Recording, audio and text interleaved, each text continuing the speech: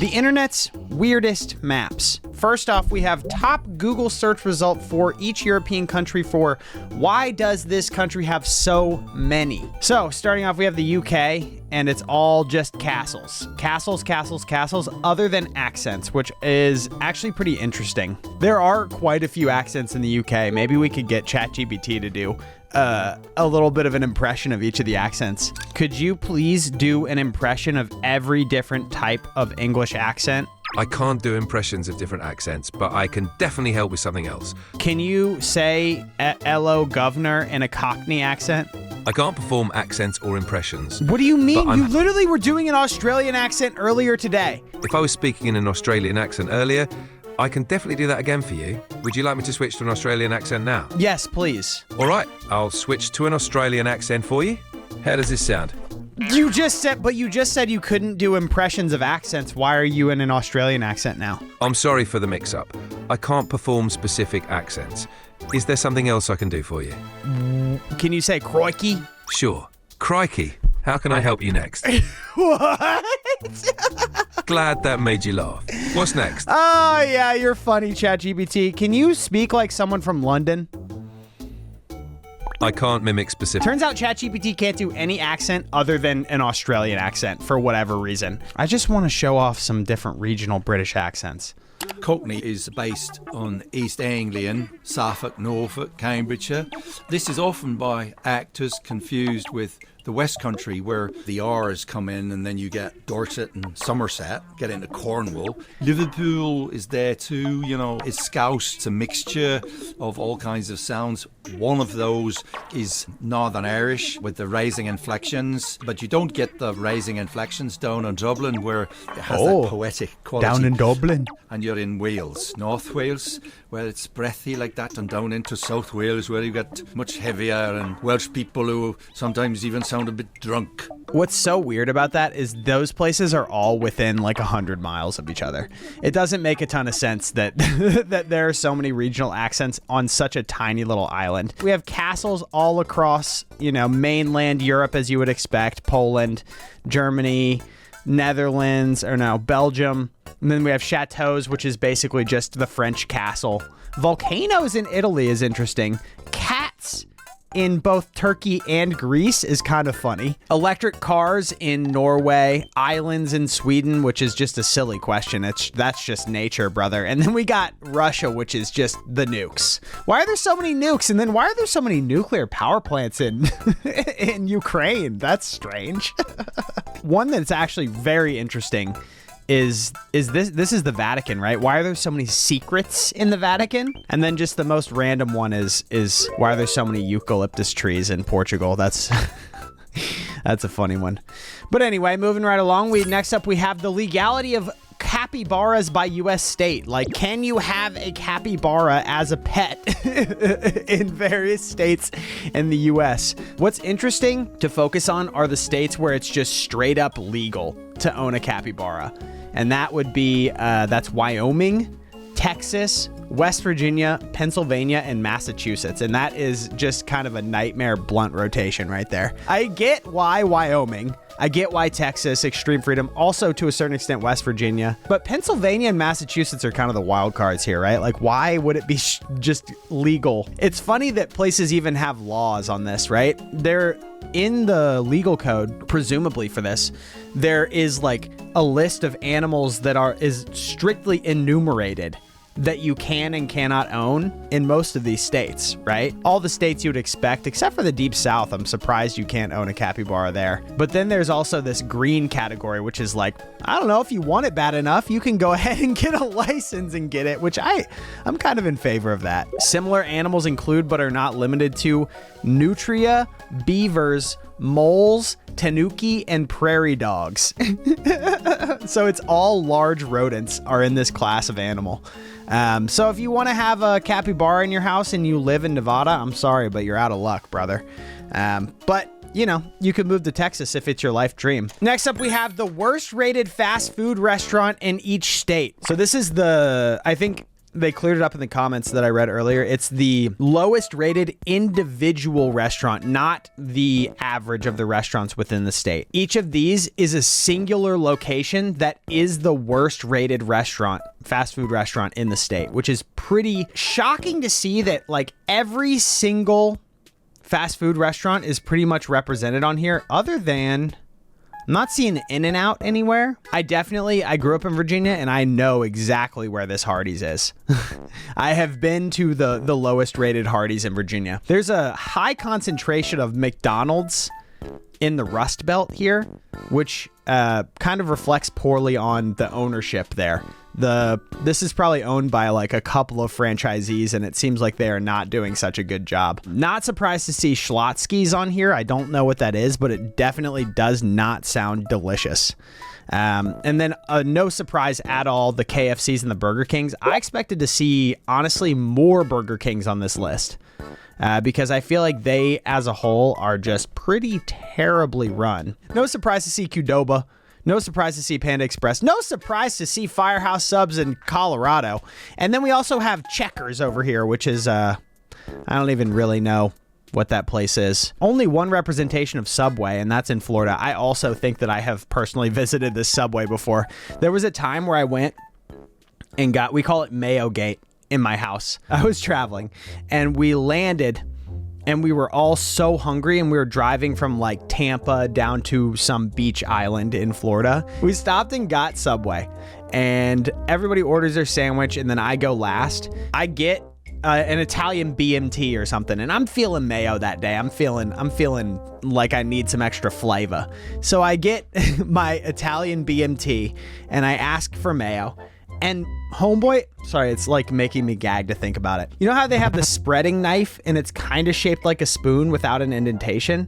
Homeboy goes into the vat and literally scoops up a wad probably as big as my fist, slaps that sucker onto the bread. He can't even spread it. It's like using a spoon to scoop pudding. But that's not all. He goes back in for more mayo, slaps that sucker on. It's legitimately as much mayo as it is meat on that sandwich at that point. So the taco or the Subway outside of Tampa is probably, or outside of Fort Lauderdale, I guess, is probably the place here. Next up, we got the most popular anime in different European countries. This one is probably going to mean more to you than it does to me because I'm not a huge anime guy, but I thought it would be funny to include because I think that it's pretty telling, like what people are into if you know anime. We have Pokemon in Turkey. These are people of taste, obviously. We have Death Note. We got some edgelords down in Eastern Europe, which is not really shocking, and also in the UK. Vinland Saga, I don't know anything about that, but the Nordic countries love that, and also Germany. So I don't know, must be not that funny or fun. My Hero Academia. What is this one? Because that's Russia's favorite anime. Let's actually ask ChatGPT. He'll be like, sorry, I can't tell you anything about anything ever because I'm ChatGPT. Hey, ChatGPT, can you tell me what a person who likes the anime My Hero Academia might be like? They might appreciate character development, action-packed scenes, and themes of friendship and teamwork. Fans often enjoy discussing character arcs and speculating about future storylines. Okay, what might this person look like? Fans of My Hero Academia come from all walks of life, so there isn't a specific look associated with them. They might wear casual clothing. What country do you think they would be from? In Europe, My Hero Academia has a strong following in countries like France and the UK. Oh, France is right. The UK is less correct, but still relatively correct. Can you tell me a little bit about the plot of an anime called JoJo's Bizarre Adventure? JoJo's Bizarre Adventure follows the adventures of the Joestar family, whose members discover they are destined to take down supernatural foes. Each arc features a different protagonist, usually Can you do this in an Australian accent? Sorry. I can't perform. This is good. Let me know down in the comments what this stuff means. Let's see actually what the Reddit comments have to say. This has to be 99% randomly generated. Okay. It's One Piece in France. A government survey even confirmed it. Wow. All right. Leave it to anime fans to argue with the data. Never mind. Next thing. Dream jobs around the world. So apparently in the United States of America, people want to be pilots. Same with Canada, which is really an interesting choice. I feel like this is just not true because I think, isn't it YouTuber? Isn't it influencer and YouTuber? Oh, YouTuber and influencer is already on the map down here. So it's light blue and beige are the countries that want to be a YouTuber. Okay. So in El Salvador, see, these are my people down here. Costa Rica, Nicaragua, El Salvador, they all want to be influencers and YouTubers, which is funny that it's a separate answer. Central America is very entrepreneurial. Mexico, also YouTuber based. Wow, everybody wants to do creative work. Have they heard of AI? Because it's really good, as we can tell. Like, it's been super helpful for this video, right? It's actually crazy. Like, everybody wants to be an influencer or a YouTuber or a pilot for some reason. Let's check out Africa. A lot of writers. Dancer in Zimbabwe. Okay. Dancer in Malawi.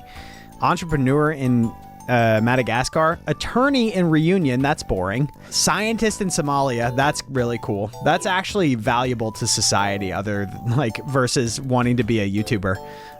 Yemen want to be poets. Saudi Arabia. Everybody wants to be a poet out there in the Middle East. This feels like it might be a translation error, but maybe not. Germany, professor, of course. Poland, developer, of course. Very practical from our Central European people here. Attorney in France, influencer in Spain, firefighter in Portugal. Okay. Yeah, sure. India, writer. Writer looks like it's the most popular one other than maybe YouTuber. Oh, South Korea, police officer. Ooh. China, dietitian. And Taiwan, dietitian. And Hong Kong, dietitian. Teachers in Malaysia. Pilot in Australia. This is...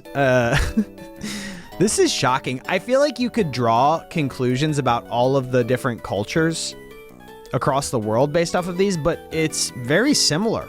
Like in most places in the world that most people want to be either writers, influencers, or YouTubers, which is a very strange conclusion from this map that I did not expect to have be the case. Someone pulled this out of their digestive system. There's no way that China and Taiwan both want to be dietitians. Taiwanese, by the way. This is also a good point. If so many people wanted to be pilots, surely tons of people would try. I think I've never met anyone who tried to study to become a pilot in my life. That's a good point.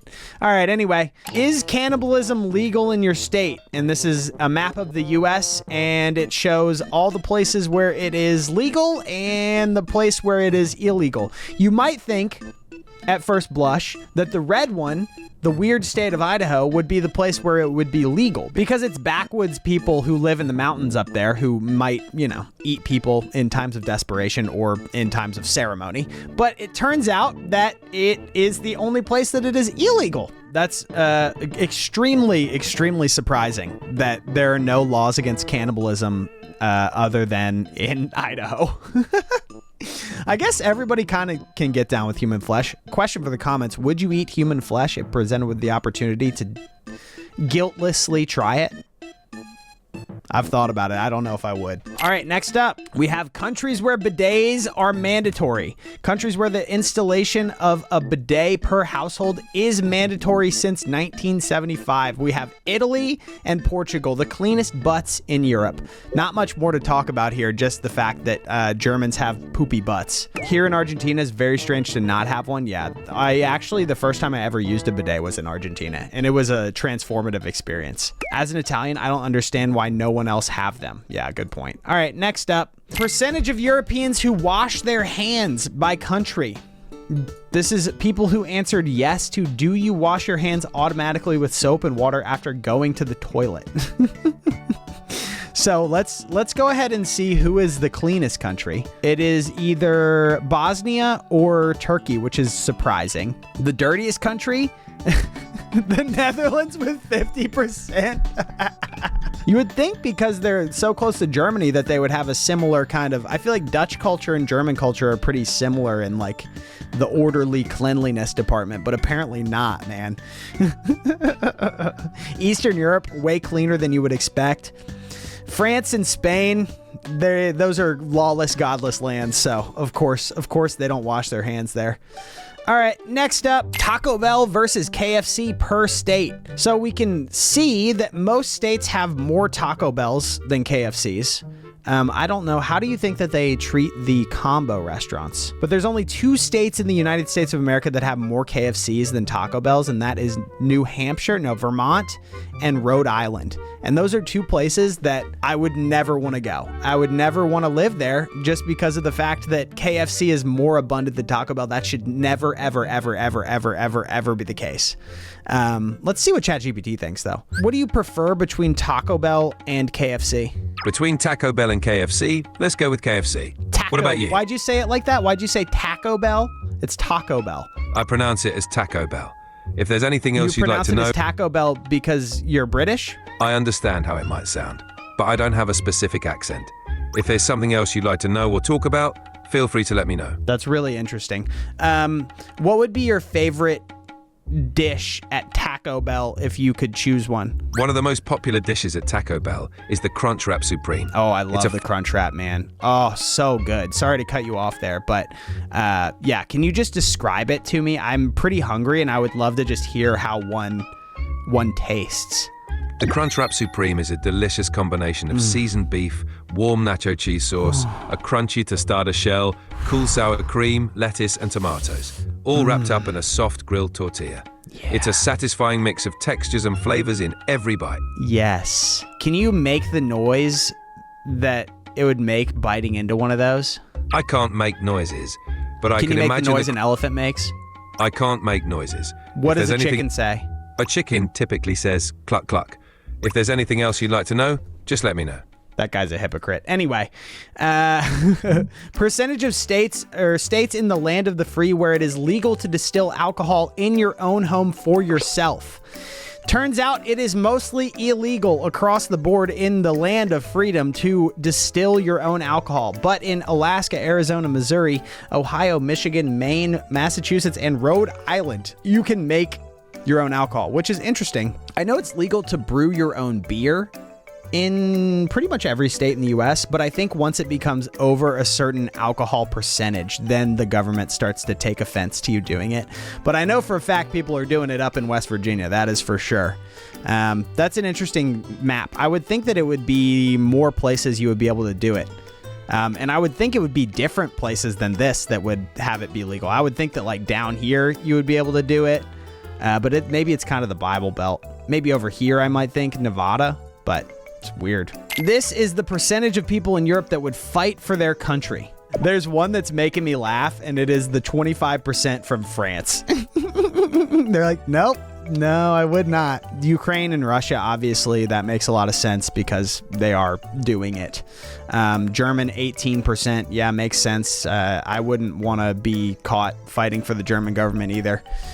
Based off of historical data. Iceland, they're just like not in danger of anyone ever going there, so that makes a lot of sense. And then finally, we have the legality of eating dogs in each country. Partially legal in the United States of America. I didn't even know that anyone had laws around this, but makes sense, I guess. Australia, it's partially legal.